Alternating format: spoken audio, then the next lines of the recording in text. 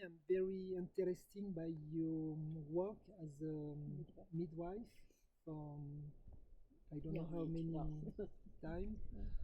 And for me, the question is how we can offer the best transition from inside the womb to outside. Because I know that sometimes in hospitals they cut the cordon very quick, and this not allow the baby to go from abdominal breathing to thoracic breathing. So, with your experience, how we can offer the best birth to a child? I think that is the last step in a birth. The first step is for the parents to prepare themselves to receive a new life.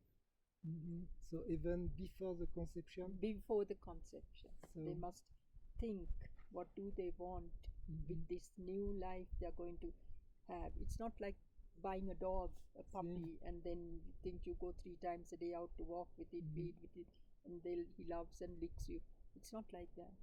This is life, and this force of life, if you want to give birth to force of life through you, I think parents have to consider this very deeply. That is the very, very first step. So it will be included in the education. Exactly. What is it to be parents? What is it? Yeah. To Yeah. And it's not about breastfeeding. It's not about having enough money and a good house or warmth of electricity, or not all those things. It is the spiritual energy that you can give to nourish your child. It is knowing that it is a life, that this life force that you have going to give birth to is something very spiritual. And if you forget this or you don't know it, then you can have disasters, because you will not nourish the child and not give it everything that is needed to grow as it has to grow, in knowing what is for this spiritual energy to be here, this life force, to really live life completely, because it came to the world complete, whole, and not get fragmented through everything that the parents are going through. So they have to be complete. And that's how you can give the baby a chance. So those are the very, very first steps. And that is where the education is really and truly needed. See, so do we have this kind of education now on the earth, or not too much? No. People think, I want to get married and have a family. That's as if though it's the step you take. It's what my mother did, my grandmother did, great grandma. Just have babies and have families, and then you see so many families struggling, and every generation has its own problems. Our generation now has drug problems, addictions, all those things, and if the parents were educated before conception that they are going to give birth to something, to a life force in a form as a baby to start with, and then you have to nourish this not only with your breast milk or with any other milk, but it has to be nourished with so many other components that this life force needs to grow, to give to the world, to give to humanity, not to be self-centered and wanting and getting addicted to either cheat people or have more money and cheat you or anybody else and destroy the world with wars and things. So it's being a light in the world. Exactly, yeah. Because in Peru they say dar la luz. It's Yeah. give birth to light. That's right. Yeah. So if you want to give birth to light, by giving birth to the life force, you have to be a light. A darkness can also bring out light. I don't say that you cannot, but this awareness has to be there. Mhm. And in Sri Lanka, where where you born, Yeah, was it this kind of education? I doubt it. No. I doubt it. No. Okay. No. Mhm. Mm. People were also ignorant in lots of things. They were educated in certain things, but not educated in other things. And um, therefore, it is, I think, humanity as awareness is rising and our consciousness is rising, and we realize that through our own mistakes that we made in this life, that have to we have a better understanding what this life force is about, you know. Mhm. Yeah. Mhm. We get sick in the body, the physical illness or mental illness that we get, and our life force gets crippled, Mhm. and you suffer, and the body suffers Mhm. and has to die, is purely because we don't know very much about the The life nature of force, the life the force. light, the nature of life force, and the light that there is in this life force, and we strangle it. Mhm. And what could you say is the nature of this life force? To give, to share? Life force is to give, to share, and you see it in nature. Yeah. You see it in nature. Mhm. Not very much in the human being, but you see it in nature. Yeah. You go out Mhm. to nature. The wind is giving you. It can be very harsh, but Mhm. rain gives you that the plant grows. The wind is needed to Mhm. pollinate. Plants are needed. They Mhm. carry fruit for us. They give. They don't eat their own fruit. What do? Even when we grow our own fruit, we don't want to share it. We either want to sell it or make big money with it, or I don't know, have used fertilizer and grow more fruit, do all Mhm. kinds of things, you know. Mhm.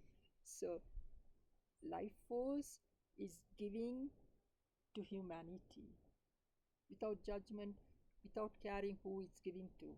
Mhm. I'm not only going to give Frederick. Mhm. Yeah. Yeah, good, good. So we need this kind of education. Yeah, Yeah. Mhm. Okay. it is very essential to know what this life force is about Mhm. and why we get sick. Mhm. Why is there illness at all? Mhm. How do you become ill?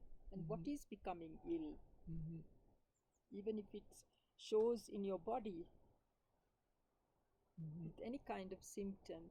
The symptoms we call diseases and illnesses, and then they create pills, but they don't try to give the person the truth about what is ill here. Mhm. The only way I know is homeopathy. Mhm. It You are teaches you. homeopath. Huh? I'm a homeopath Yeah. as well, and Mhm. it teaches you that your life force is decreasing. It's been crippled, it's been twisted and turned, and the body is showing these symptoms. Mhm. So you go to the root cause and Mhm. help. See.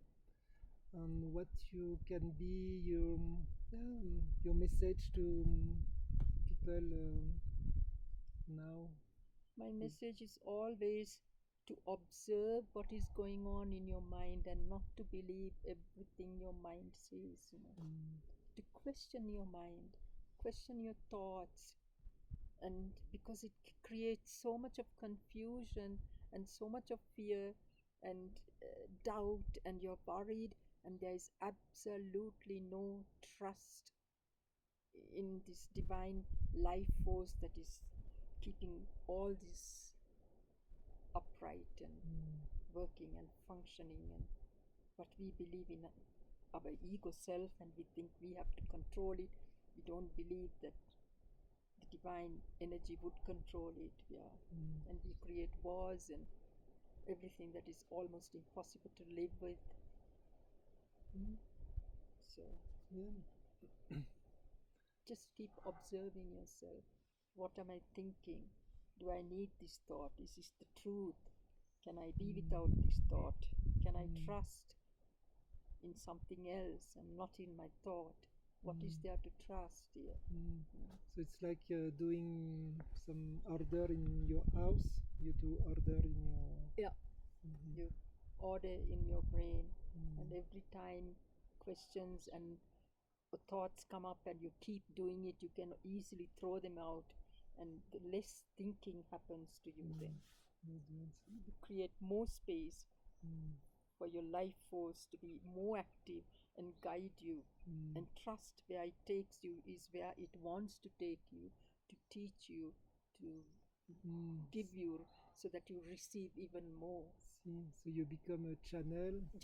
Exactly, to receive everything this life force is going to give you. It's not only education, intellectual education. There's so much more it's going to give you that cannot be spoken in words. It's a pure experience that everyone has to make and can make if you were to make the effort to just listen to what this is saying and know that it's never talking the truth, not always. Yeah. So there is work to do. Yes, of course. And it never stops. Yeah. I can't stop either. I have to work. And today I saw this invitation to come here. It was not from you, it was not from me. We were just brought together to walk up there to the lake, to this high energetic space of being there that made me tremble from the inside, calling me to kiss the earth. I felt Pachamama wanted to embrace me with all its energy, that this body that's old and will soon let go of, and just wanted to embrace this form as long as there is a form to it. And I felt so, I cannot express it in words, this feeling of being loved by something I don't even know. It's better than a husband's love or a child's love or grandchild's love, or nobody can love the way it does. Don't know. So I don't look for love in anybody. It's given always, continuously. Beautiful, yeah. So it's being to be open to this love. Thank you so much. Yeah. Thank you, Fred. Yeah.